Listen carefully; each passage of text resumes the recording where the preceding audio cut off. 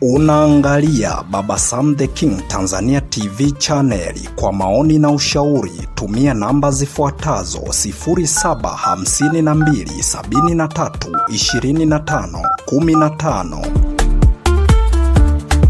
Baba Sam the King.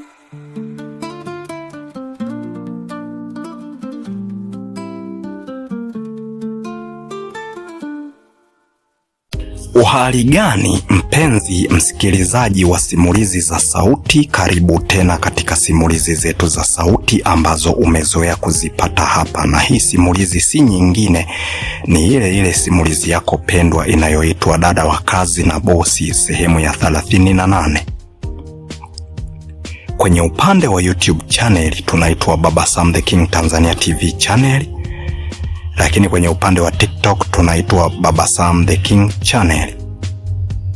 Kwenye upande wa YouTube channel tunachokuomba subscribe, lakini kwenye upande wa TikTok tunakuomba follow. Lakini kwenye mitandao yote ya kijamii hii tunakuomba like kama umependezwa na simulizi hizi, pia share ili na wenzio waweze kujifunza, lakini comment kama ungekuwa ni wewe ungefanya nini katika wahusika ambao unawasikia ndani ya simulizi hizi, au ukituambia ni wapi tuongeze au ni wapi tupunguze, au unaisikiliza simulizi hii ukiwa sehemu gani. Sasa karibu tujikumbushe sehemu ya 37 tulipoishia. Tulimuona Zatiti akiwa amemchukua kijana huyu wa kuitwa Kasbet na kuondoka naye moja kwa moja chumbani, na hatimaye akatumia ujanja wake alioujua. Hatimaye akamwambia anataka kukumbatiwa. Sasa kutokana na kwamba Kasbet naye alikuwa anamhurumia Zatiti, ikabidi akubali kumkumbatia, kwa sababu anajua huenda akimkumbatia kweli mawazo yanaweza yakatoka na kulia, anaweza kasahau kabisa. Lakini Zatiti alifanya ujanja, akaamua kuvua nguo zote, akabaki kama alivyozaliwa. Na huyu kijana Kasbet baada ya kuja kumshika tu, akakuta ni vile vile vya kwake anavyovihitaji, yani vigezo, yani binti huyo ana vigezo vyote ambavyo yeye anavyo katika mwili wake, yani vile ambavyo Kasbet anavihitaji. Sasa mwisho wa siku, badala ya kuendelea kuona kwamba huenda akimkumbatia anaweza kumnyamazisha, na hayo mawazo alionayo na yeye yamemsikitisha, kwamba kama endapo mzee Fares ameweza kumfukuza yule binti Sikununu, je, vipi kwake yeye mwenye ulemavu? Hayo mawazo yalihama kabisa. Hatimaye akili zote akaanza kumwaza Zatiti, akaanza kumwaza kama amwambie na kupenda, lakini tukaona akawa ameogopa. Lakini mwisho wa siku kuna vitu viliendelea. Sasa nikukaribishe sehemu ya 38 tuendelee nayo ili tuweze kujua mbivu na mbichi katika episodi hii. Baada ya kumaliza hilo tendo, moja kwa moja Zatiti alifungua mlango na kumtoa sebleni huyu kijana wa kuitwa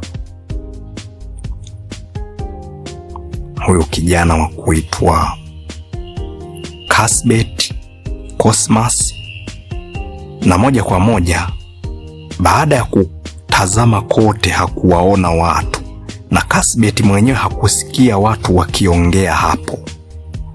Moja kwa moja Zatiti hakujali wala chanini, alitoka hapo na kwenda jikoni kuangalia usalama. Akakuta kama namna jinsi alivyopaacha ndivyo palivyo. Alifika moja kwa moja na kuchukua chakula kile ambacho alikuwa anahitaji kukichemsha, na hatimaye akakichemsha. Na baada ya kukichemsha tayari. Akatoka jikoni akaja moja kwa moja mpaka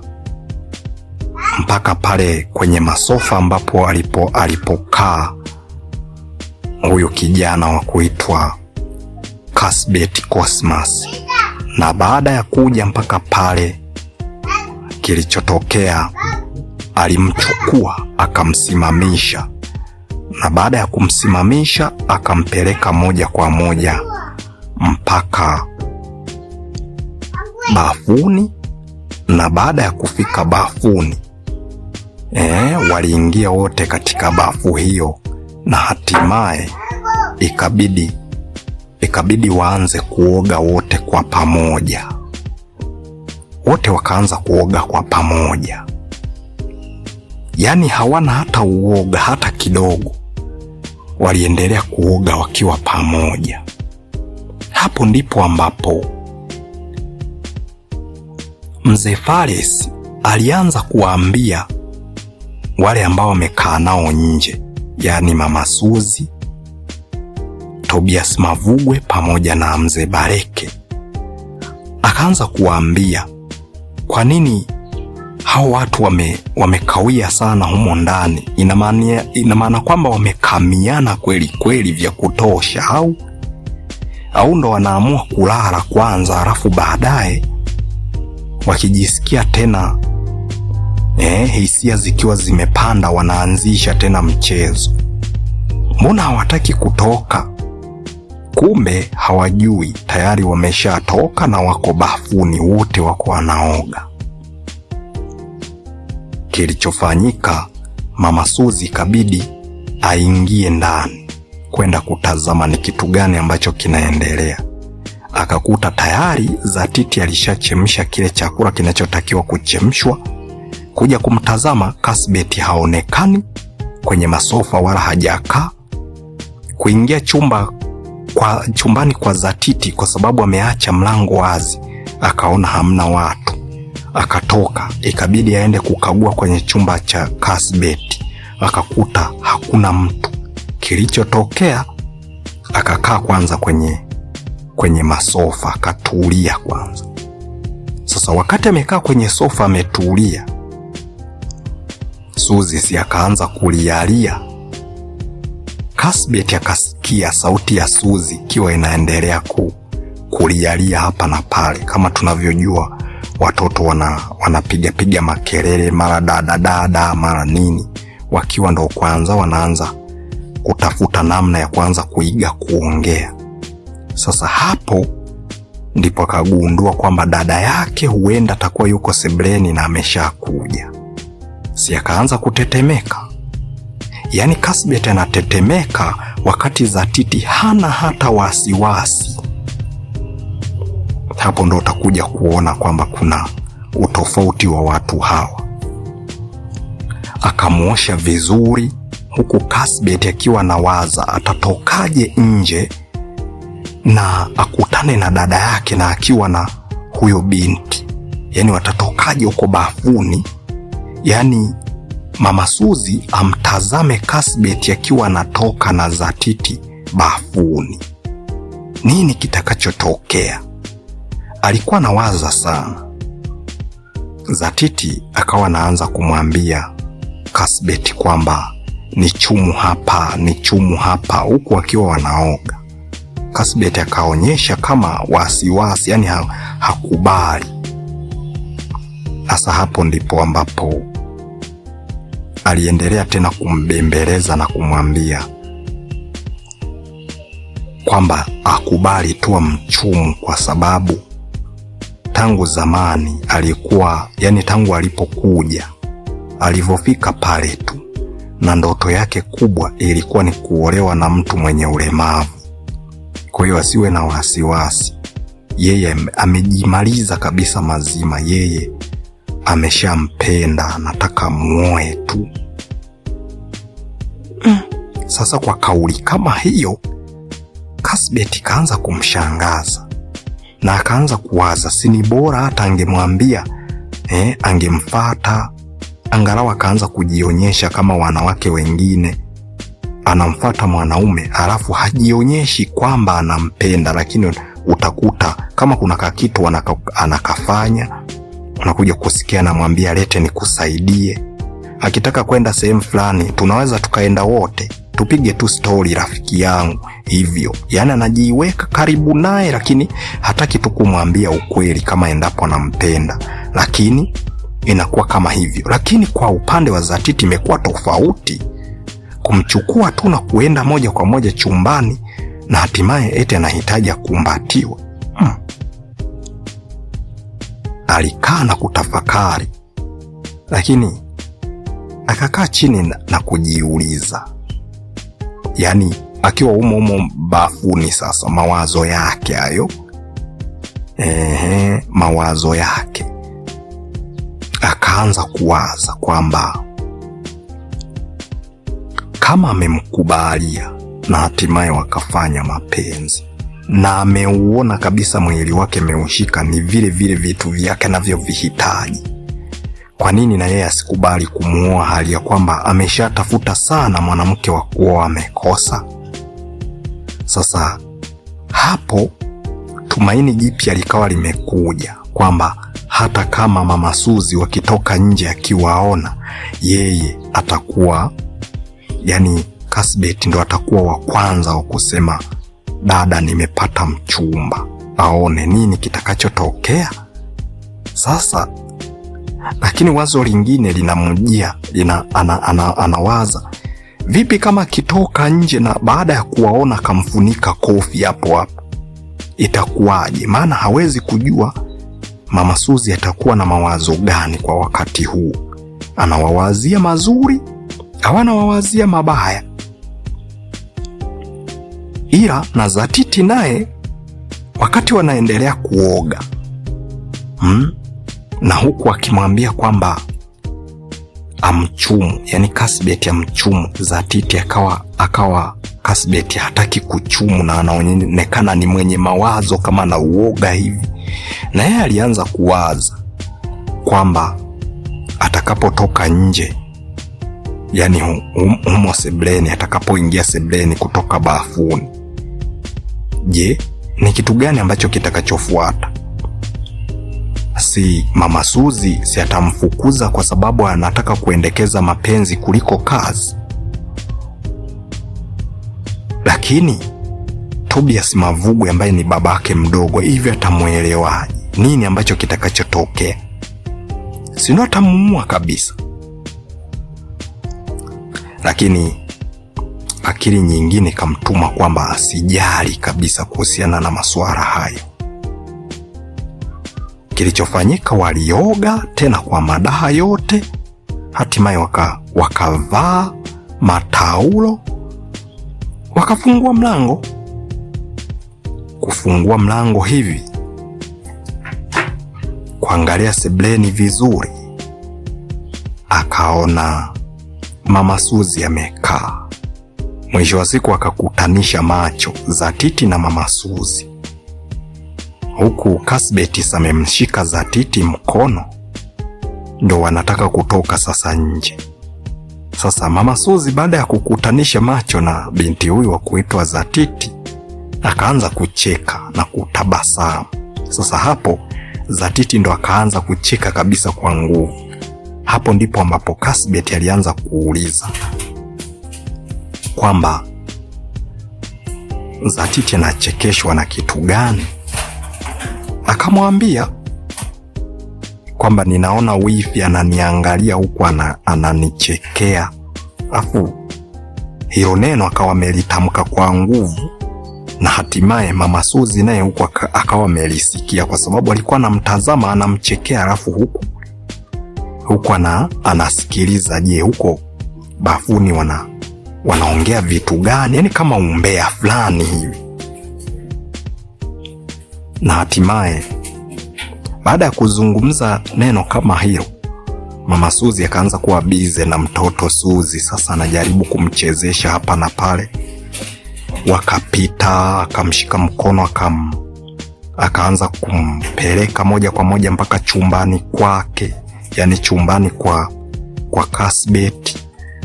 akachukua begi la Cuthbert na kuanza kuangalia nguo ambayo itakayompendeza. Akachukua, akampatia Cuthbert, akavaa. Yani akaanza kuona Cuthbert anaanza kuwa cared, yani anajaribu kumjali.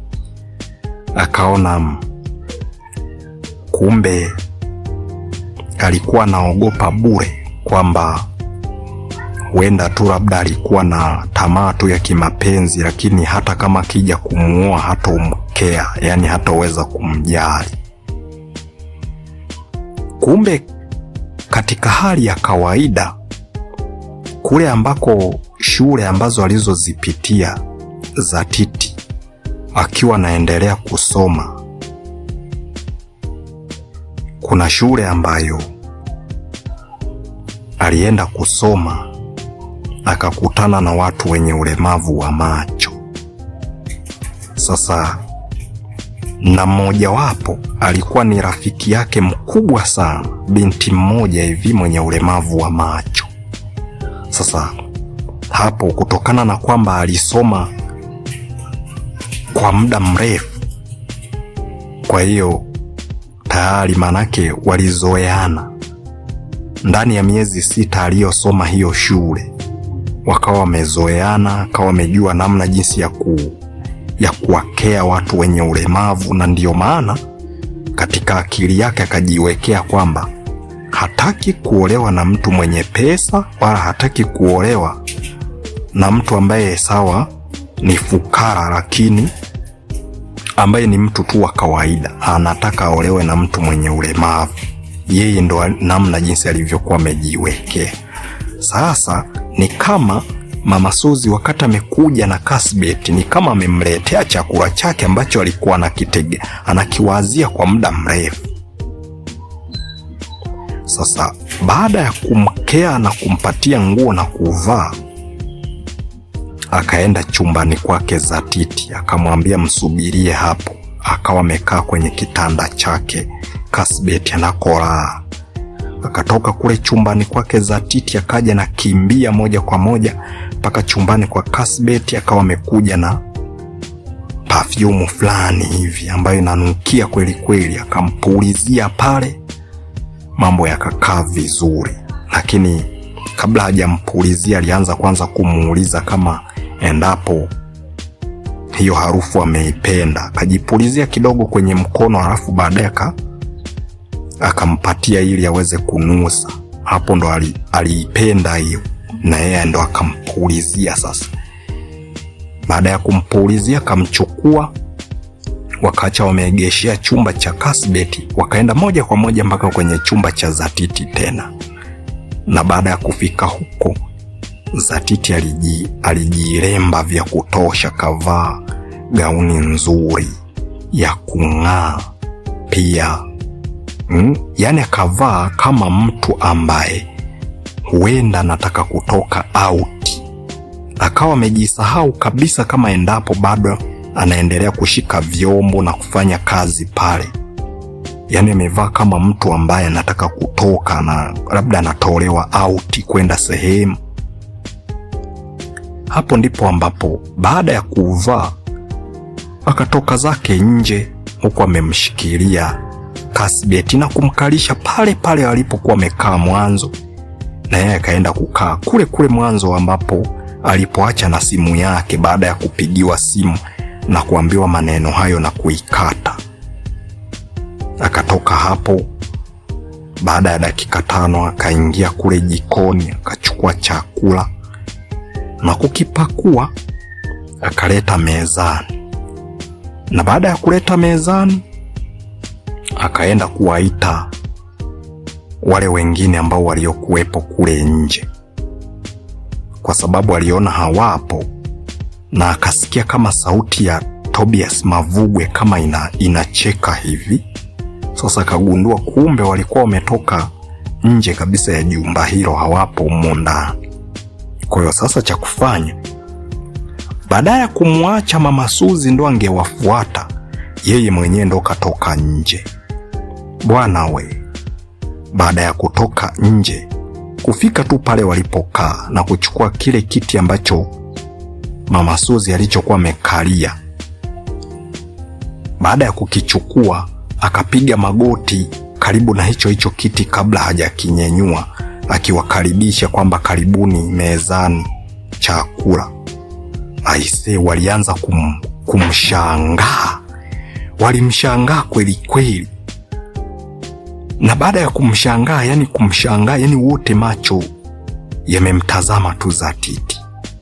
Lakini mzee Faris akawa nawaza kwamba namna jinsi alivyo mrembo namna hiyo Zatiti, yani angekuwa na yeye ni kijana, ni lazima tu angepita naye. Kama ni kumuoa basi angemuoa. Lakini kwa vile tayari ameshazeeka, hapo hakuna namna.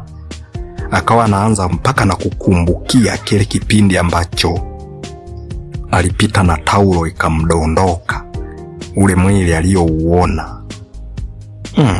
Akaanza kidogo kama na yeye kusisimka. Najaribu kama kuangalia pembeni, japokuwa amepigwa na butwa kuja kukaribishiwa nje. Basi alichukua kile kiti, wote baada ya kuitikia akaanza kutembea na kuingia ndani. Tobias Mavugwe alimkata hilo jicho, tena jicho ambalo ni la hasira kweli kweli. Yaani ndani ya akili zake akiwa nawaza, wewe umejifanya umejiremba, ngoja baadaye utakuja kuniambia, utanijua mimi ni nani. Mzee Baleke yeye aliishia tu kushangaa tu. Wote hapo ndo waliponyenyuka na kukamata viti vyao, wakanyenyua na kuanza kurudi ndani. Baada ya kufika ndani, Tobias Mavugwe alianza kumtazama Kasbeti, huku kichwani akiwaza, yaani mwanangu ndo anataka kumchukua huyu? Hivi amekosa wanaume kabisa wa kumuoa mpaka anataka kuolewa na kipofu? Usi utakuwa ni ujinga. Kwanza anajuaje? Pengine hapo namna jinsi alivyolala naye, huenda kuna vitu ambavyo amemwambukiza ambavyo vinaenda moja kwa moja kwenye mayai. Mwanaume atakaye kuja kumuoa watazaa vipofu. So unajua ni watu wa kijijini. Kwa hiyo akawa na zana kama hiyo bwana Tobias Mavugwe. Kwa hiyo akamtazama kwa hasira sana. Sasa baada ya kumkata jicho la hasira, kutokana na kwamba yeye haoni Kasbeti wala hakujua hili wala lile, kumbe wakati anamkata jicho Zatiti naye akawa amemuona. Sasa hapo ndo akamwambia, baba mdogo, kwa nini unamkata jicho namna hiyo? Huyo ndio mkweo, sasa unamkata jicho namna hiyo, haujui kama yeye ndo anataka kunioa? We Tobias Mavugwe wakati alikuwa amekaa kabisa anasubiria kunawishwa ili waweze kula chakula, alisimama moja kwa moja na kuanza kutembea kutoka nje. Mzee Baleke, Mama Suzi, Zatiti pamoja na Mzee Faris wakaanza tena kumshangaa. Yaani macho yote yakaenda kwa Tobias Mavugwe, wanamshangaa namna jinsi anavyotoka nje kwa hasira. Mpenzi msikilizaji wa simulizi za sauti, sehemu ya 38 ya simulizi hii, Dada wa Kazi na Bosi, imeishia hapa. Tumemuona Zatiti baada ya kutoka chumbani kwake, alimleta huyu kijana wa kuitwa Kasbeti na kumweka pale pale kwenye sofa alipokuwa amekaa, na yeye akaenda kwenye sofa alilokuwa amekaa kwa muda mfupi wa dakika 5, akaelekea jikoni na kupakua chakula na kuweka mezani. Badala asubirie kwamba wale watu wanaowasikia wanaongea nje na kucheka, amesikia ni sauti ya babake mdogo, yani Tobias Mavugwe. Baada ya kusema ngoja asubirie, au amwambie Mama Suzi aende akawachukue kule akawakaribishe. Yeye mwenyewe ndo alienda na akafika mpaka kwenye kiti alichokuwa amekalia Mama Suzi, na hatimaye akapiga magoti pale na kuwakaribisha chakula. Hapo ndipo ambapo tumemuona Tobias Mavugwe. Ingawa wote walikuwa wamemshangaza Titi namna jinsi alivyojiremba, alivyovaa nguo nzuri na kunukia, lakini Tobias Mavugwe alianza kuwa na hasira naye kwamba wacha waende kula, lakini baadaye atamwambia. Je, unahisi Tobias Mavugwe baada ya kuwa amepanga swala kama hilo kwamba endapo akimaliza kula atamtambua kichwani, japokuwa hakumwambia mtu yoyote, lakini amekuja na kukutana na Kasbet amekaa anasubiri kunawishwa, na yeye baada ya kufika pale kukaa wanasubiria Zatiti aweze kuwanawisha, akaanza kumtazama Kasbet kwa jicho la ukali. Hapo ndipo ambapo Zatiti akasema kwamba, ba mdogo, kwa nini unamtazama Kasbet vibaya kwa jicho kali hivyo? Huyo ndiyo mkweo, ndo anataka kunioa, kwa nini unamtazama hivyo? Hatimaye akaamua kunyenyuka na kuondoka kabisa nje, huku akimshangaa wenzi aliyowaacha humo ndani. Unahisi ni ndo hasira itaongezeka, atamuua kabisa huyu Zatiti, atauliwa na huyu babake mdogo, au ni kitu gani ambacho kitakachotokea?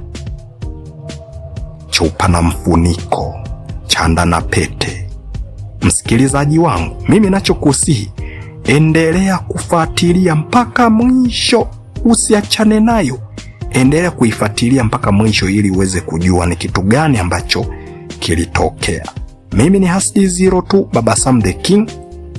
Niseme tu kwenye upande wa YouTube channel tunaitwa Baba Sam the King Tanzania TV channel, lakini kwenye upande wa akaunti ya TikTok tunaitwa Baba Sam the King channel. Kwa hiyo kwenye YouTube channel tunachokuomba subscribe, kwenye upande wa TikTok tunakuomba ufollow, lakini tunakuomba like kama endapo unaifurahia simulizi hii na simulizi nyingine zilizopita, lakini pia tunakuomba share ili na wenzio waweze kujifunza juu ya simulizi hii, kwa sababu hawaijui, au huenda wao wako kwenye mitandao mingine, TikTok hawana, au wanayo lakini hawajawahi kukutana na akaunti hii, au hawajawahi kukutana na channel ya YouTube hii. Kwa hiyo share ili na wenzio waweze kuipata simulizi hii, waweze kuisikiliza na wajifunze. Lakini pia comment kama endapo wewe ndo ungekuwa Zatiti, mtoto wa kike unaosikiliza simulizi hii. Je, ungefanya nini baada ya babako mdogo kuondoka kwa hasira? Au wewe kama mtoto wa kiume unayesikiliza, kama ungekuwa wewe ndio Tobias Mavugwe, umeondoka hapo kwa hasira, ni kitu gani ambacho ungeenda kukipanga? Ungemuua Zatiti au ungefanya nini? Au pia unaweza ukatuambia kwamba unasikiliza simulizi hii ukiwa wapi, lakini pia unaweza ukatuambia ni kitu gani ambacho tuboreshe zaidi kwa ajili ya kuendelea na simulizi zetu hizi. Yani tuboreshe kitu gani, tupunguze dakika, tuongeze, yani ushauri wa aina yeyote. Mimi ni Hasdi02 Baba Sam the King, ni kuage niseme kwa heri mpaka sehemu ijayo. Alamsiki. Unaangalia Baba Sam the King Tanzania TV channel. Kwa maoni na ushauri tumia namba zifuatazo: 0752732515. Baba Sam the King.